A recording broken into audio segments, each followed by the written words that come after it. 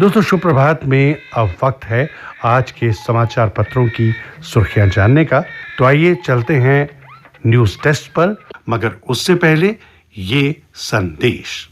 सारे प्रोग्राम संबंधी एक जानकारी। किसानरां दी समस्याएं गी मुतलका महकमे तोड़ी पजाने खातिर आकाशवाणी जम्मू अपने किसानवाणी प्रोग्राम तहत हर महीने दे दूए ते चौथे बुधवार गी खेतीबाड़ी संबंधित कुसे न कुसे महकमे दे आला अधिकारी गी अपने स्टूडियो च आमंत्रित करदा है। श्रोताओ तुस टेलीफोन राएं अपने सवाल रिकॉर्डिंग आले दिन यानी दूए ते चौथे बुधवार 2 बजे कोला लेइयै 2:30 बजे तोड़ी पुछी सकते हो। साढ़े फोन नंबर न 255459 2570919 ते 259994। फोन नंबर तुसें एक बारी परती दस्सी ओड़ने आ 25634559 257091 ते 29599964 ते जम्मू दा एसटीडी कोड है 0191। सूचना समाप्त हुई।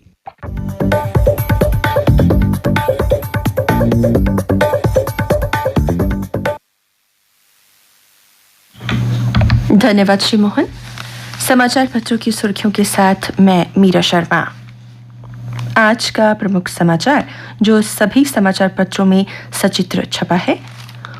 ओडिशा के बालेश्वर में शुक्रवार को हुए भीषण रेल हादसे में मृतकों की संख्या 288 तक पहुंच गई है। वहीं घायलों की संख्या भी बढ़कर 1100 से ज्यादा हो गई है।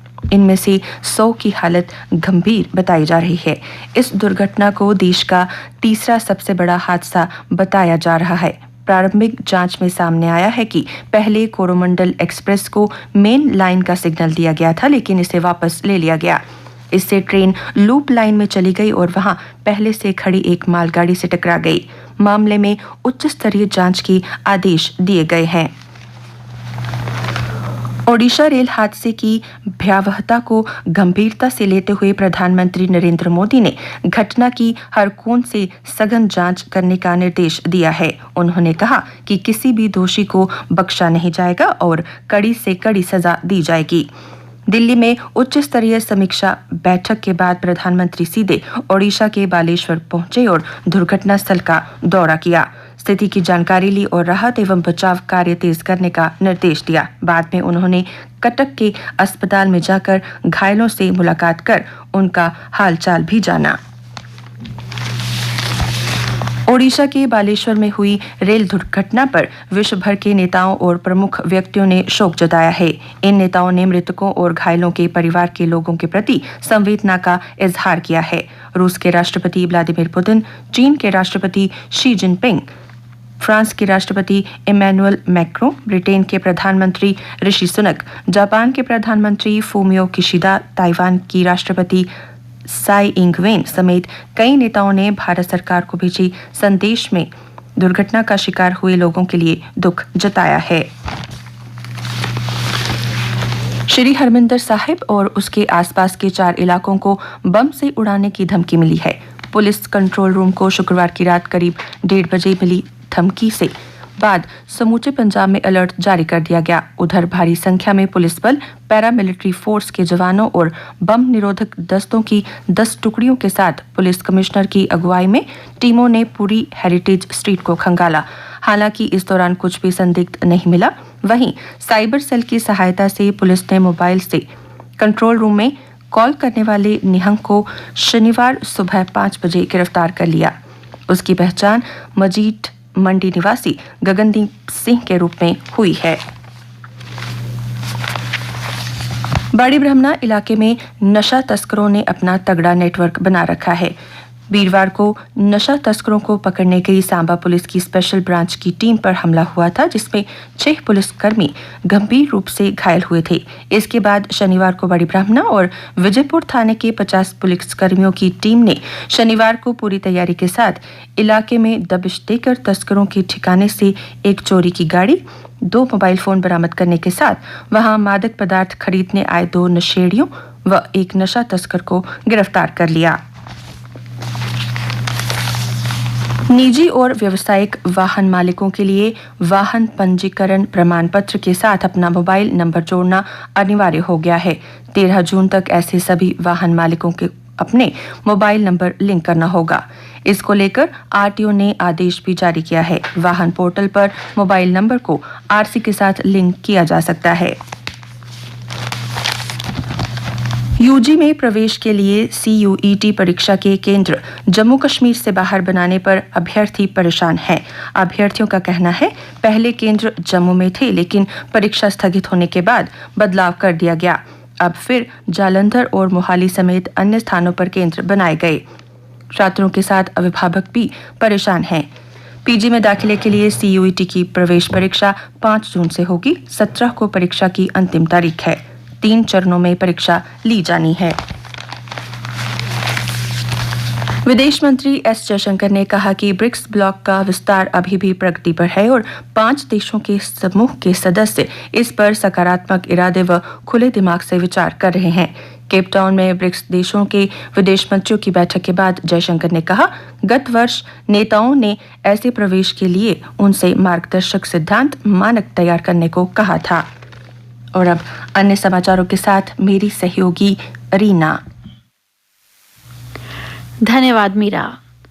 हर हर महादेव के जय घोष से गूंजी श्री अमरनाथ गुफा। ज्येष्ठ पूर्णिमा पर पवित्र गुफा में हुई प्रथम पूजा।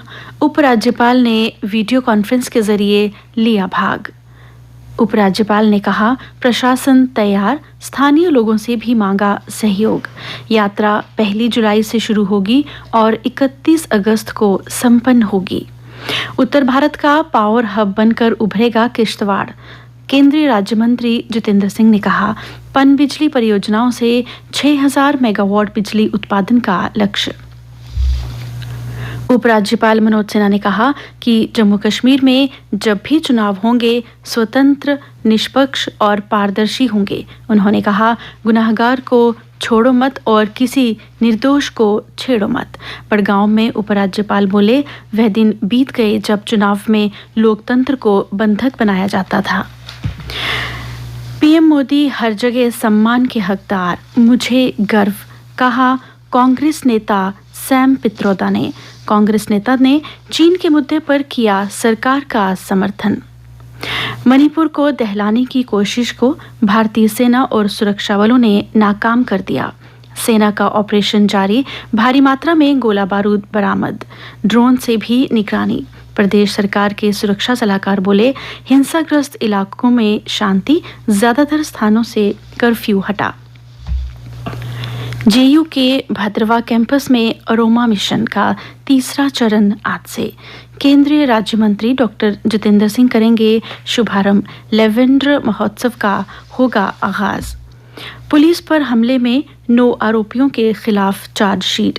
सांबा जिले के सीमावर्ती कस्बे राजपुरा में बीते वर्ष पुलिस पर हमला करने वाले 9 मवेशी तस्करों के खिलाफ शनिवार को आरोप पत्र दाखिल किया गया। उपराज्यपाल मनोज सिन्हा ने संत कबीर दास जी की जयंती पर लोगों को हार्दिक बधाई दी। एक संदेश में उन्होंने कहा, संत कबीर दास जी की जयंती के शुभ अवसर पर मैं लोगों को हार्दिक शुभकामनाएं देता हूं। संत कबीर दास जी की समानता, भाईचारा और सामाजिक सुधार की दिव्य दृष्टि मानवता को सद्मार्ग पर अग्रसर करती रही है। उनका जीवन और शिक्षाएं समाज को हमेशा के लिए प्रेरित करती रहेंगी। और अब खेल समाचार। 6 महीने में 9 शतक लगाने वाले गिल का ओवल में असल टेस्ट। शुभमन ने टेस्ट में 2, वनडे में 3, T20 अंतर्राष्ट्रीय में लगाया 1 सैकड़ा, IPL में 3 शतक। उधर हॉकी खेल में भारत की प्रो लीग में ब्रिटेन पर शूटआउट में 4-2 से जीत। निर्धारित समय तक 4-4 से बराबरी पर थी दोनों टीमें। जीत से मिला बोनस अंक। भारतीय महिला पहलवान मनीषा ने WW रैंकिंग सीरीज टूर्नामेंट में शनिवार को स्वर्ण पदक जीता। इसके अलावा रितिका ने रजत और सरिता मोर ने कांस्य पदक हासिल किया। और अब मौसम समाचार पत्रों के अनुसार आज धूप के साथ बादल भी छाए रहेंगे।